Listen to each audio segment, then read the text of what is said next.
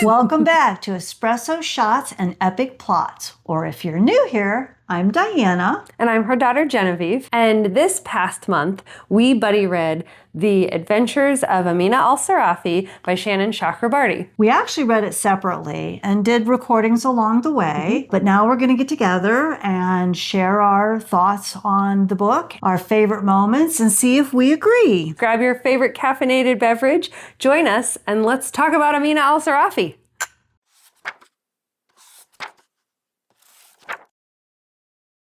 So before we watch our top secret thoughts that we recorded while reading the book throughout various parts, I figure we should probably set the stage and explain a little bit about why we picked this book and how we picked this book. You may remember we did some book terms, and one of the book terms that I asked my mom about was a buddy read, and then that was really my shameless ploy to introduce the idea of doing a buddy read with you. So that's what started the whole thing. And she listed a couple of books that were on her TBR. And this one really interested me because it has a nautical theme. And as you might know or not know if you're new here, I used to live on a little sailboat in the Caribbean. So anything nautical usually interests me. It also has a motherhood theme and strong woman character. Couldn't beat that. That sounded like it was right up my alley. I also expected, some piracy, some strong themes of motherhood. I also knew that it was in the fantasy realm, Yes. I figured it would be fantasy light. Why don't you watch the clips? I'll put them here, and then the next time you see us, you'll hear our final thoughts. Yeah.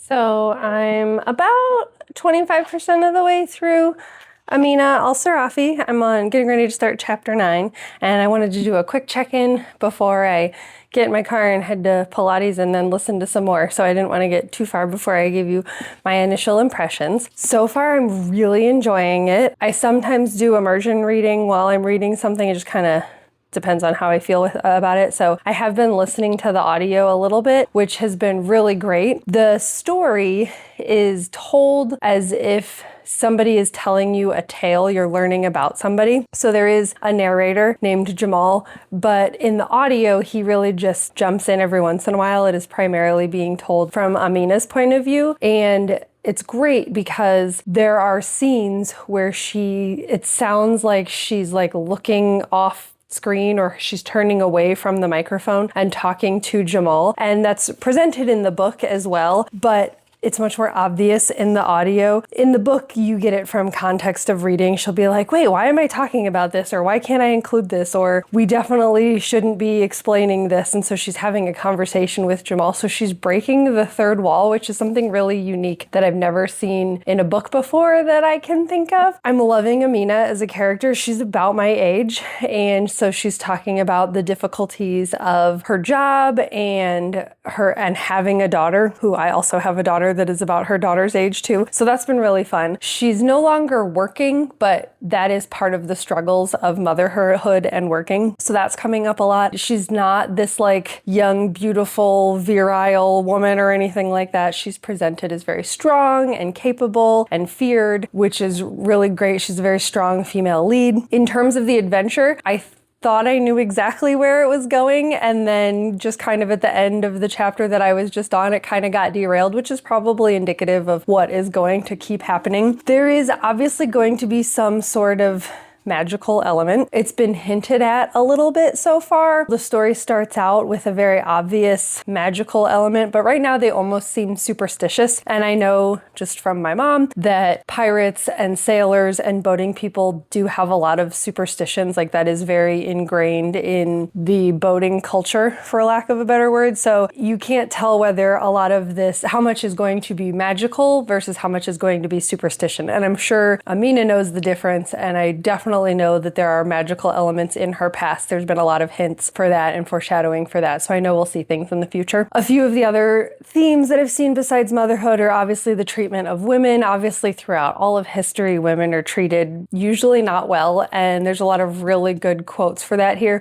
But like I said, Amina is a very strong, capable character, and she has to work harder to get that across for her crew and to get the support of her crew, and so that's been a theme. But even though it is being told first person from her point of view, it still is very descriptive. It takes place in like the Indian Ocean, Middle Eastern area. And I've read a number of books that take place in Indian culture, and I often do a lot of Googling of like the food and the clothes because those are really important to those cultures, and I want to visually see what they're talking about. So I've done a little bit of that. There's a glossary at the back, but like a lot of it you can get from context. So I would say it is not telly. Yeah, just overall, I'm really enjoying it so far, and I wanted to make sure that I checked in before I delved even further. So I'll get back when I'm about 50% of the way through and let you know how I'm doing. So my first thoughts are, this is a little bit unusual for me to read this type of book that is purely fiction, that has some nautical aspects and some magical aspects, but I am enjoying it. I, at times, am like giggling out loud. So it has a bit of humor to it. It takes place in a very foreign land to me and talks about some of the most exotic places that have ever come to my mind.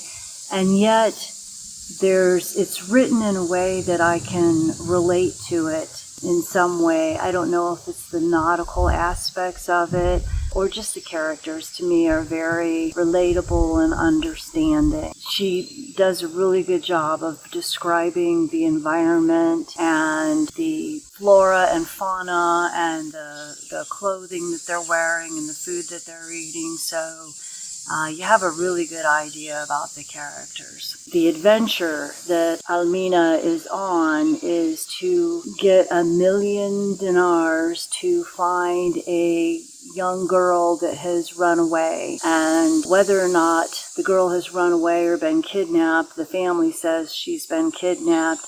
Others throughout the story have said that she ran away with the man that she's with. She is seeking the girl, but she finds out the reason that the man kidnapped or took the girl is to seek out a treasure of unbelievable value, and it has some sort of mystical powers to it as well. That's where we start to see the magic come into the story. As far as the magic in the book, what we have seen so far is not, to me, out of the realm of possibility as far as magic is concerned.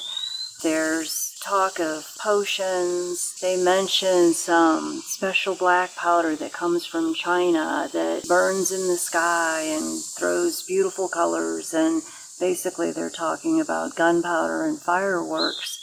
And, that I suspect if it's never been brought to your country, as this is supposed to be a historical encounter, that fireworks in the sky would seem very awe-inspiring and magical. So I kind of like that concept, that the magic isn't so far out of the realm.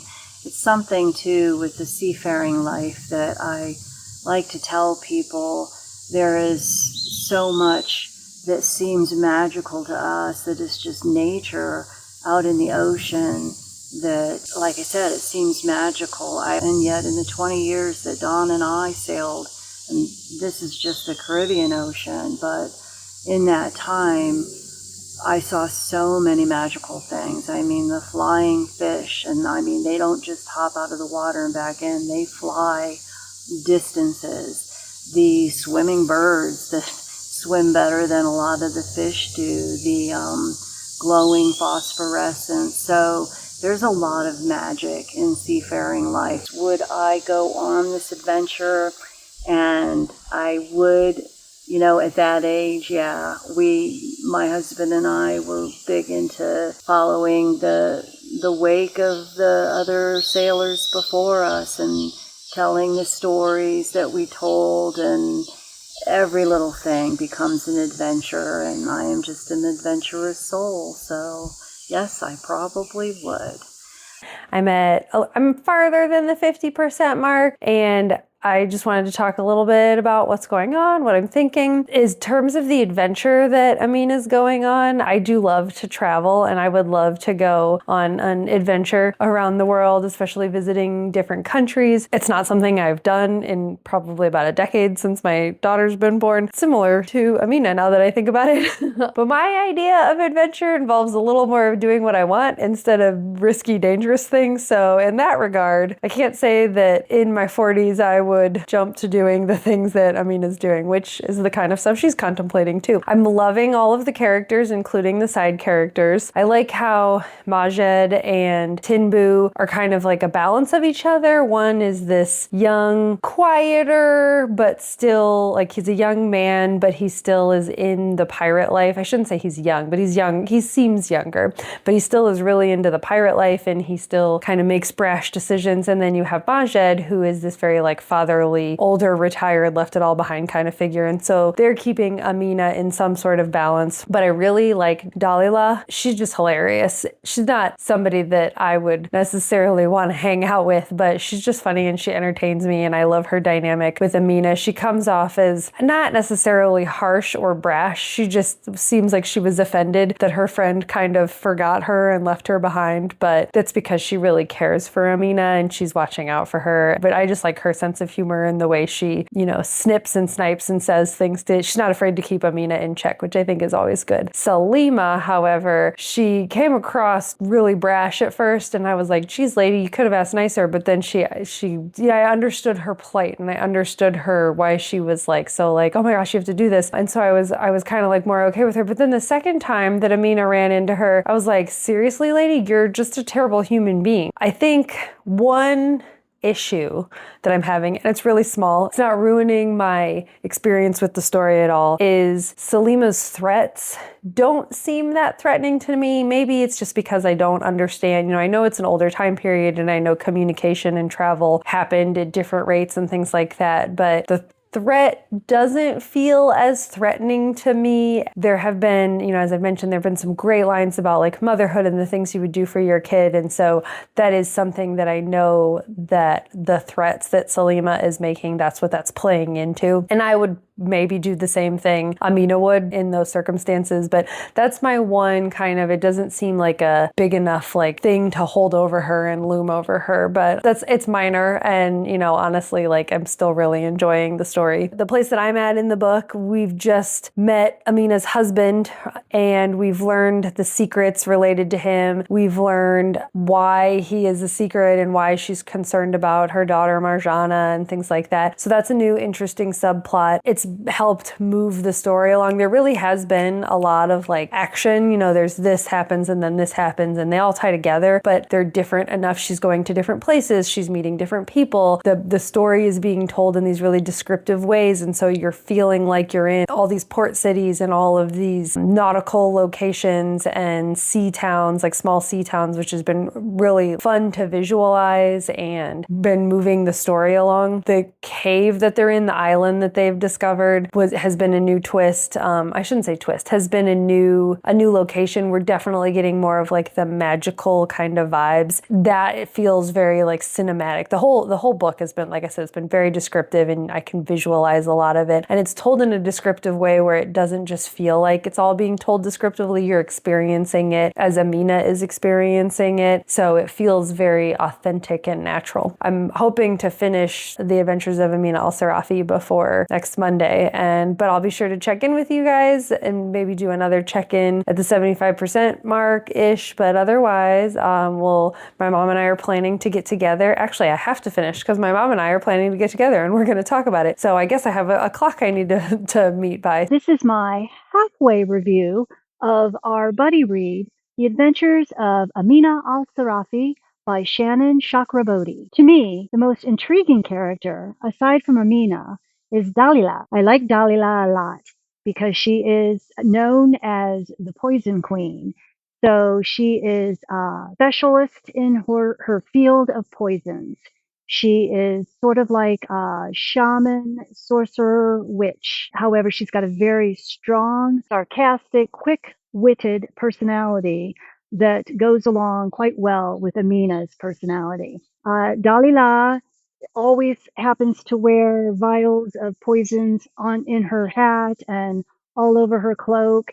And when she is first encountered by Amina, Amina is a little bit afraid of her because she's not sure where their relationship was left, and she is a dangerous woman, which is why Amina wants to recruit her. She feels she would be an asset to the crew, to this adventure. Dalila proves to be a wise sage with a loyalty towards Amina, and you really feel like these two women are cut from the same cloth. They are friends of each other, and I really believe that Dalila would be a good character that could have a book of her own. So I found her very intriguing. I'm ashamed to admit I picture her as an old crone, probably due to Walt Disney and growing up with evil witches and the way that her type of character would have been displayed with a hunched over, gray haired, scraggly, wart covered old woman.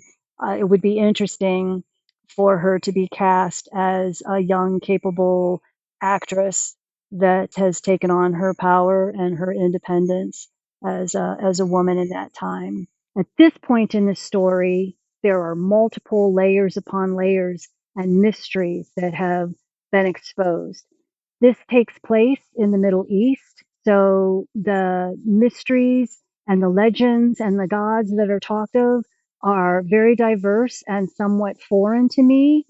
I don't know whether the gods that are talked about or the fables that are talked about exist, but they seem very real. They add a bit of exotic flair to the book that I really like, and yet things are not so foreign to me that I can't relate.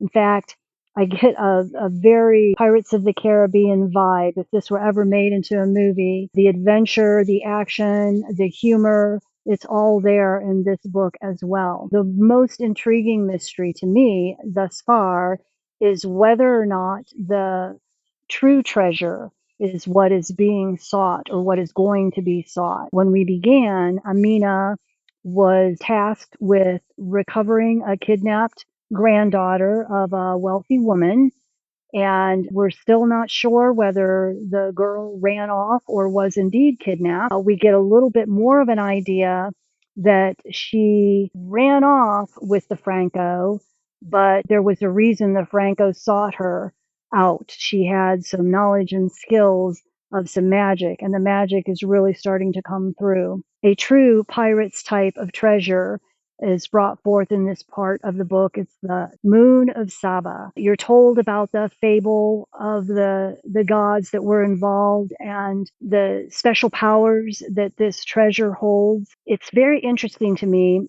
as I was listening to that portion of the book that I really felt like the story is being woven together in such a way that you end up with this really strong, colorful fabric. And I think that's what I love about the book is the way the tale is woven.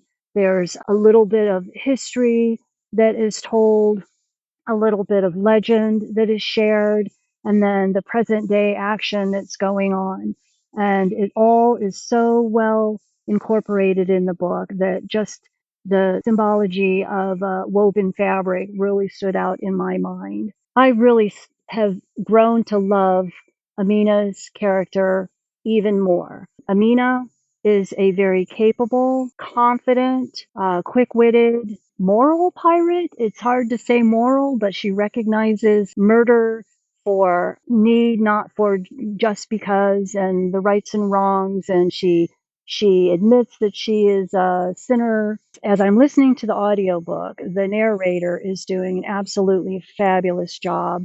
She is playing all of the characters and she is invoking their style. She is using their accents, and there are some characters that are just very dramatic, and the way she is playing them is quite interesting. She really gets into the Pearl of Saba and its magical uh, properties that it bestows upon anyone who finds it, and they will continue to talk in this very dramatic way. And Amina's character is just so sarcastic that after a while you can just picture her with her hand on her hip, rolling her eyes, and just having complete candor with these characters. And at some points they get so frustrated they drop that drama and are like, well, okay, then do whatever you want. So that makes me chuckle out loud. Dahlia has a bit of that in her as well. And that is part of why I like her character. She just doesn't take herself too seriously, honestly. Another interesting thing that I found in the narration in the audiobook that I'm not sure how it shows up in the written word, I'm going to have to talk to Jen about this, is every now and then you can hear like somebody muffling the microphone and the recording and the voice, being sent off in another direction as if there is somebody also in the room correcting Amina or telling her you've forgotten such and such. And you'll hear her say, well, I'm getting to that point and I don't think that's that important. And it puts you in a setting of you're sitting around with an old salt listening to them spin a yarn. And I find that very endearing with the story because, again, I can relate to that very well. And finally, the way that Amina talks about her Marawati, which is her sailboat, and her love for it, and how she is so comfortable upon the ocean and the beauty of the ocean and everything. It's the same way that I felt for my sailboat, the Ray Mittal, and how she was a part of the family, and so much blood, sweat, and tears were put into her that she sort of takes on a life of her own and she becomes an entity rather than just a pile of teak and canvas. Having a female sailor as your main character and a female pirate as your main character, I believe, is a genre that is not very well documented. It's something that you don't run across a lot. Even historically of this era in time, I have done research, and there are very few female pirates that were documented, and the documentation shows them to be abhorrently cruel women that were just vicious. And of course, the stories told about them are never firsthand, so you really don't know what is truth and what is legend. The magic and the mystery that is coming out in the book is a little bit more far-fetched than I initially thought, although written very, very believably. So I'm really enjoying the book. And here's my doggy to come tell me that it's time to wrap this up. So I just got to about the 75% mark. Amina has found Dunya. She's talked to her. She's found out about why she ran away, but she still is taking her back to Aden, to her grandmother, which I was a little surprised by given all of the things that Dunya has confessed to her and told her. But as an adult, I do also understand the other side of Amina being frustrated that she is this young, naive child that doesn't really know about the world. I think obviously this is easier said than done, but if I was in Amina's position, I would go with Dunya and try to facilitate a conversation with Salima, the grandmother, to help her understand. I don't actually think that would accomplish anything. So what I'm hoping happens is that Amina can come up with some sort of like blackmail to lord over Salima and kind of get her to do the right thing for Dunya, or that Amina is able to protect her family and Marjana so that she can whisk Dunya away if Salima isn't willing to listen. I'm hoping that's where the story goes, because right now it does kind of break my heart that the path is to take Dunya back to this terrible future where she has to marry this man twice her age and do nothing and not, continue to learn and, to just be naive of the world. But that is also very typical of the time frame. So that was something that I shouldn't say it surprised me, but it did seem out of character for Amina, or at least out of character for how Amina would have been. But maybe it's just trying to show, she's an adult. She has, she's thinking of her own child and her own responsibilities. Plus, if she doesn't take Dunya back, she also still has to worry about what's going to happen with her own family. So she really is in kind of a pickle. I'm still really enjoying the little snippets where they kind of go off script or off mic, maybe is a better way of putting it, and they have these side conversations. It's done very artfully. It's not done a lot, so it just kind of jumps in here and there. And then the other component that I don't think I've mentioned, there's multiple chapters, but then there will be an interjection from the narrator, Jamal, pretty sure his name is Jamal, from the narrator, Jamal, where we learn, it's almost like a short story or a myth or something that is tied to the overarching story. So for example, we heard a little story about Tinbu's past. We have heard multiple stories about the moon of Sabah and, how it came to be and, what it actually is. And those have been really nice little interjections that break things up and keep you moving. And in the audio, they actually, they change voices and things like that. Not that is 6 of one, half a dozen of the other. You can tell in the book when they happen. So I'm really enjoying those stylistic choices. About the 70-ish% mark, Dunya is on the Marawati with Amina and her crew, and they're sailing back to the grandmother, and they get attacked by this giant beast, by Falco, who is controlling this giant beast. And that got real bleak. Like, you have no idea how they're going to survive. He's threatening everyone and saying, I don't need everyone and everything. So that kind of got, how the heck are they going to survive this? Amina ends up separated from everyone, and she's lost at sea. She's doing what she can to survive. At one point, you think she has been stabbed and is tossed into the ocean, but there's a lot of pages left in the book yet, so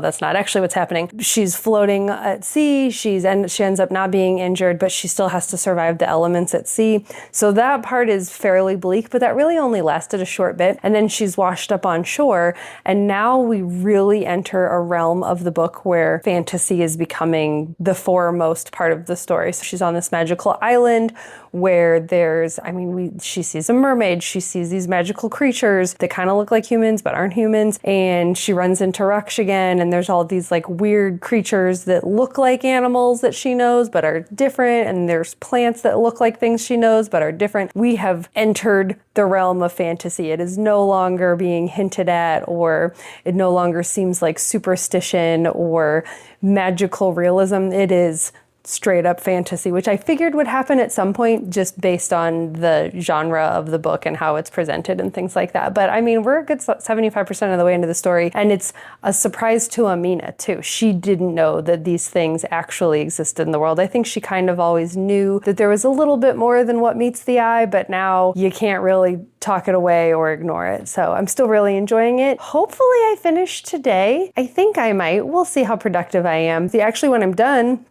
I'll check in with you with my mom. It'll be my mom and I. So see you then. So when you first started reading the book, what were your first reactions? So I really enjoyed, like right away, I really enjoyed that it was a narrator. It started out with a narrator telling a story, and then I feel like it was first actual chapter. It switches and it's Amina telling you a story, but she even like it's the book equivalent of breaking the third wall. I don't really know how to explain it, where she like talks off. I know. I was doing some looking and somebody said it was a frame type of narration. Oh, okay. And it's like a story within a story. Yeah, I thought that was interesting because I was listening to it, and every now and then the main character, Amina, it was first person, she would be interrupted by somebody in the background, like they were correcting her storyline or whatever, and she would break character and have this little discussion with this person off to the side. So you really began to feel like you're sitting in a room with her telling you her story. Yeah. Now, as it comes out, it is her scribe that is supposed to be in the background, and she's reading the story. Yeah, the narration was really very good too. Yeah. You started off the video telling everyone your expectations. Did it live up to your expectations? Yeah, it did. I mean, it's not a book that I would have normally have picked up and read, and I just couldn't help but think about the Pirates of the Caribbean a lot. To me, it was very much like that, and that's a book or a movie or several movies that my husband and I really liked and enjoyed for obvious reasons. So this book was right in that genre for me. Yeah. I knew what I was getting into, so it lived up to my expectations. Okay. I'm glad. I think I was more wondering, as soon as I started it though, I knew you would like it. I wasn't even worried that you wouldn't like it. Yeah, I mean, there was never a time when I wanted to stop reading it or throw it across the room or anything. I giggled at the very beginning. It said you could download a PDF of terms and stuff. I had no problems with the terms, which was nice for me. I really wondered, did you really have to? Well, I didn't. I looked at the back and I saw that the glossary was only a couple words, so it didn't seem like it was that helpful. Like I did look up Nahuda, which was in the back. It was like 5 words, so I didn't even think about it. And then there were a couple things that I assumed were boats, and then I looked them up and they were boats. Like most of it you can get from context, so you don't really need a glossary. It's not a book where you need to like put your finger in the back and flip back and forth. No, you don't need a cheat sheet or anything like that. So. And it was interesting too because of where it took place in the Indian Ocean. And so all of the verbiage and the names were very exotic. It really set the stage well. I thought that was like the surroundings and the food that they were eating and all of that. So I thought she wrote that in beautifully. Yeah.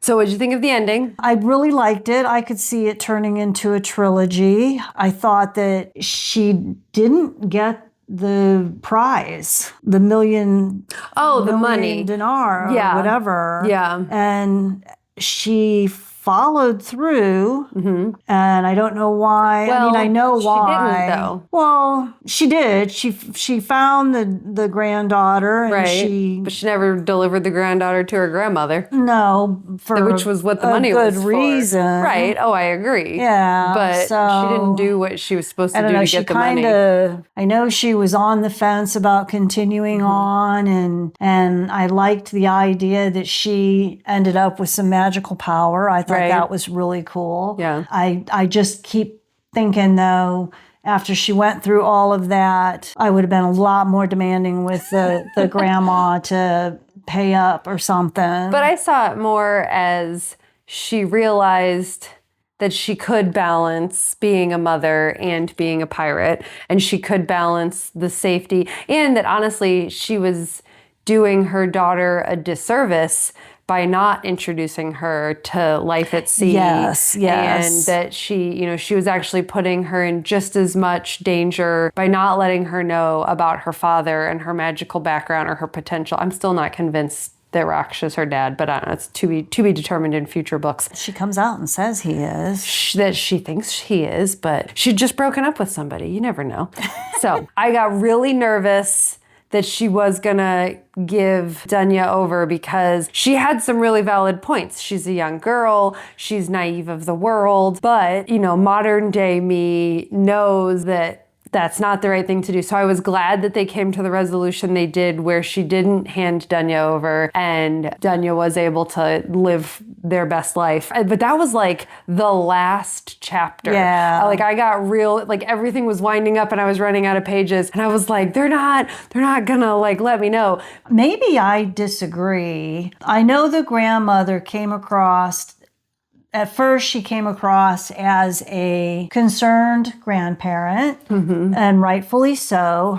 Now, did they say how old or young Dunya was? 16. 16? Yeah. And I know she did have a marriage arranged, but you're making assumptions that her grandmother was going to force her to marriage and not accept her for who she felt she was. See, I guess I had a problem with her letting this 16-year-old go off on her own. Amina. But she didn't go off on her own. She became the scribe of the boat. The narrator is Dunya. Oh, that's true. Yeah. So she takes her under her wing. I do not like Salima. You really did not like Salima? No, because she comes across like this, like you said, like this concerned grandmother. She was going to sell off her stuff, but then she found out it was to a Frank, and it was like, oh no, I can't be seen with those people. And then she couldn't have her granddaughter be a smart girl, and she must go off and get married. She had no interest in what her granddaughter wanted to do. Okay, in my opinion, you got.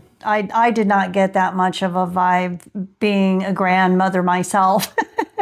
I guess I was a little more empathetic to the things that Salima was doing. But she treated Amina like garbage. She threatened her family. Amina would have been, but she did open up her house and let her go into back kitchens. Like she didn't. So if that's how she treated Amina, why do you think she would treat her granddaughter better if her granddaughter decided to live as a man and not get married? But I don't think she would have seen her as a granddaughter anymore. But the whole bit about homosexuality and transgender, it was not portrayed in the book as being a big deal. Being a big deal, right? I think to pirates it wasn't. Timbu's boyfriend wasn't a pirate. He was but he couldn't tell his family. He couldn't run off with him and tell his family. I guess that was true. I think it was very much like your life at sea, and I think Amina was much more open-minded because of all of her travels. This is my opinion. Yeah. I know. I guess I didn't get all of that evilness from the grandmother.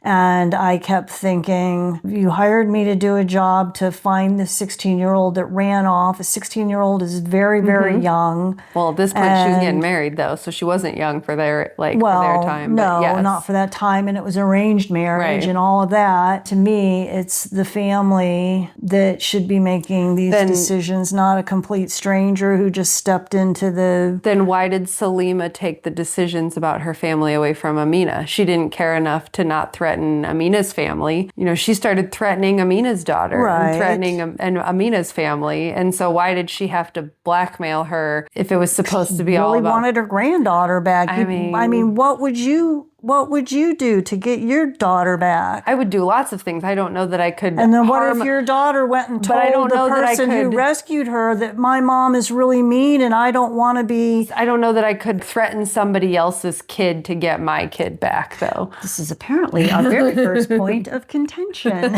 And my daughter's much younger than, at this time point, Dunya was basically considered an adult. She wasn't. She had very little life experience. Right. But when Amina was getting ready to hand her over, I didn't agree with that either. Like, she was saying all these things like, you don't know any better and you're young and naive and this will be better for you. And I didn't agree with that either. Like, if she's considered an adult enough to get married, then why can't she be considered an adult enough to make her own choices? And this is the age that Amina ran off and got on a boat. Yeah, marriage is at that time frame. It's hard to put on all the cultural of a fantasy place. Yeah. So, all right. So, what was your favorite moment? When they're breaking Tinbu out of the jail, I thought that whole scene was very, like, I could picture it like a movie, like a scene in a movie, kind, you know, like I could picture Amina going through that, coming up with this plan really quickly and executing it. So that's one that sticks in my head. Yeah, so, that was a good one. what is your favorite or least favorite character, whichever one you feel like? My favorite character was Dahlia, the poisoner. She was as glib and confident as Amina was, which I thought was really cool. All the characters I thought were really developed and all had their own unique traits about them. And she just really stood out. I could just see her and Amina being best buds. Yeah, she was one of my favorite characters too. And I think especially at the end, you kind of figure out that her like sourness or bitterness is really because she cares and she felt like abandoned and betrayed almost. I hope that her backstory shows up in future books. I hope we learn more about her. Because what was the line? She said, you know, names are for tombstones and we're not dead yet. Right. So that I think she had a lot of good phrases. But I think that tells us more about her backstory. We never really talked about how old she was. How did you picture her? Older. Like, I mean, honestly, Amina's supposed to be like my age, but I try to imagine if I had lived a life at sea for so long, how different I would probably look. What, you think 20 years and this looks like I've been aged by the ocean? No, but you also weren't like smuggling things and fighting things when you were I only had one husband the whole time. Yeah, exactly. I think she led a much harder life than you did on the sea. I pictured her like close to Amina's age, a little bit older, but I thought it was interesting that through the little snippets that are throughout the book, we found out about Tinbu's background, but there never was one of those for Dahlia, and which is what makes me think there's more to learn about her. Well, I thought it was funny because I at first pictured an old crone. Okay. And then it dawned on me that's my Walt Disney World upbringing that always would have made the witch. I mean, she wasn't a witch, right, but she was sort of a sorcerer of sorts. Yeah. And that's the way they were portrayed. And I was thinking, no, she could be a beautiful young woman that just happens to be a chemist. Yeah, exactly. What made you laugh? There were quite a few things that made me laugh out loud. Yeah, here, hand me my book. Let's see. Since I annotate. Oh, you annotate. Although usually, so sometimes I do annotate funny things, but usually my favorite quotes are usually more like endearing. I know when she first meets the Frank Falco, and it was, again, I'm listening to an audiobook. So the narrator, when she was reading Falco's lines, she was very stern and it was full of depth and everything that he was saying was important. And Amina just, you could almost see her like rolling her eyes. Yeah, waiting for him to. And she finally gets him to the point where he's like, well, okay, fine. And that made me laugh. My other thing that made me giggle throughout was when they found out the moon of... the moon of Saba was the moon of Saba was not a pearl. Right. The moon of Saba was a basin. Right. And Amina calls it everything from a bucket to a toilet and this was the part that made me laugh. Not only was it a basin, but it was a basin that was used so the god could spy on the woman while she was bathing. And Amina's like, so he had all this power and he wanted to use it. Yeah, exactly. And it's like, well, would you expect anything different? Anything less from a god. Right, exactly. So what did you think was your most cinematic moment? Like I said, there were so many that just I could see the Pirates of the Caribbean, but they're all, Indian and or Eastern, Middle Eastern. I'm anxious to see when she gets up to the Perrys how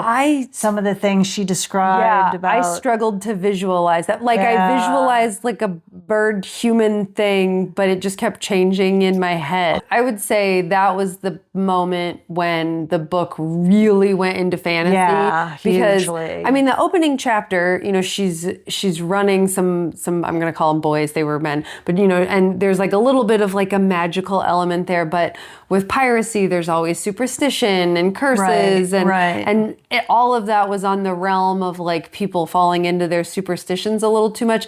But all of a sudden, she ended up on an island with mermaids and glowing people and bird people, and it was like, okay, now we're somewhere else. Yeah, and they all had their magical powers. Her going through what she did, 'cause she was thrown in the ocean, thrown overboard. Yeah. That pretty much is a death sentence. It could have been a fever dream. I don't know. Yeah, right. Yeah, a lot of it you don't know what is real and what isn't real. Yeah. I mean, some of the other parts, I should say. But she did end up with her magical powers afterwards, so that was pretty cool. What was a moment that like you were like, oh, if this was me, this would be a big nope. Like, nope. Well, when she is in the cave with Falco, the Frank, and he offers her something to drink, and she says she sees things wiggling around, and it's this cauldron. Yeah. For me, I think it was, I mean, that one, yes, because I can't imagine drinking things that are wriggling and moving.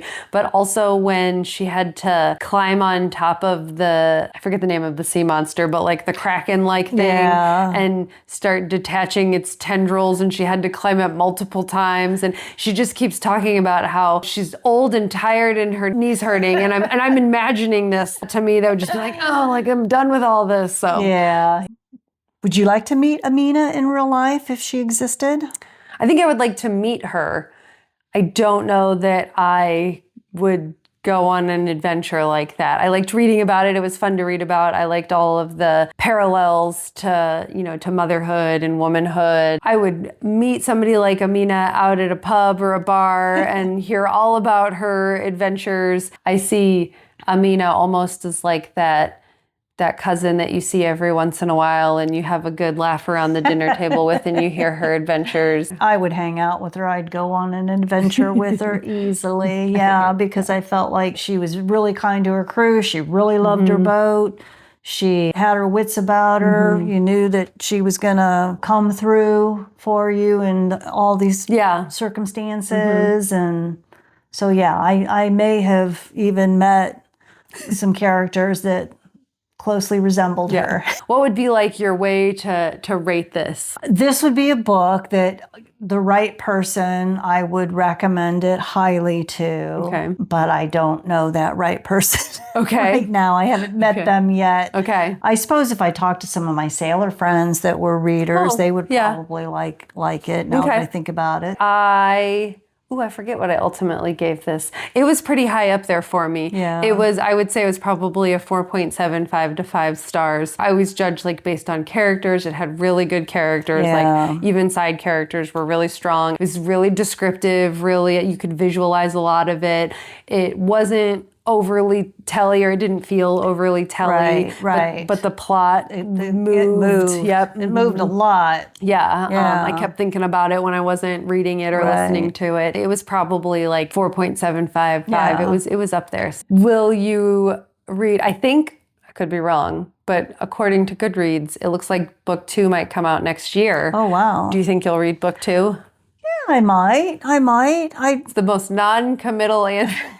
Well, I have so many books that I want to read. I like coming away from a book feeling like I've gotten something out of it. Yeah. Like I'm thinking about something in a different way. Yeah. And that's the only thing. I didn't really come away with I could see that feeling like I've learned something or I could share something. Or it's fantasy. It's not historical fiction. Right.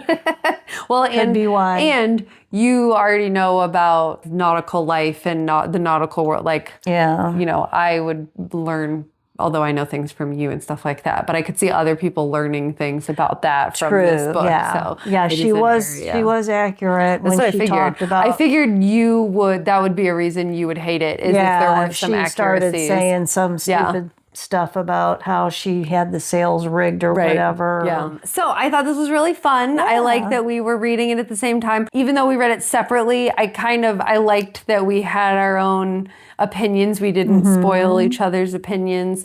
And I felt like I was on an adventure and we were like on the adventure together. So have you read The Adventures of Amina al-Sirafi Let us know in the comments what you thought. If you're interested in reading it now, if you agree with us or disagree with us. Or who you agree with. Yeah. And keep an eye out for a future video where we're going to play some putt-putt or miniature golf, as they say everywhere but the Midwest. The winner of one of the holes is going to determine what our next buddy read is going to be. So we'll have a fall buddy read coming up. Well, thanks for joining us.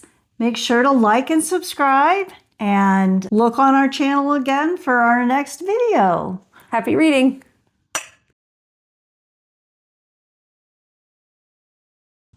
Welcome back to Espresso. You're already either hooked or Yeah, I would agree. DNRing it. Do not resuscitate. DNFing it. I knew that was wrong. I suppose you could do that to a book too. You can DNR a book. Did not read. Oh, okay. Is what I was thinking. That just means you didn't even pick it up. I though. know. I got a lot of DNR books. Not TBR. Okay, anyway. Doing what she can to survive. You at one point you think. It was kind of, This is full of spoilers. This I know. is a spoiler discussion. Okay. Spoiler alert. The whole thing's, you don't need to say that. We're spoiling the whole book. Okay.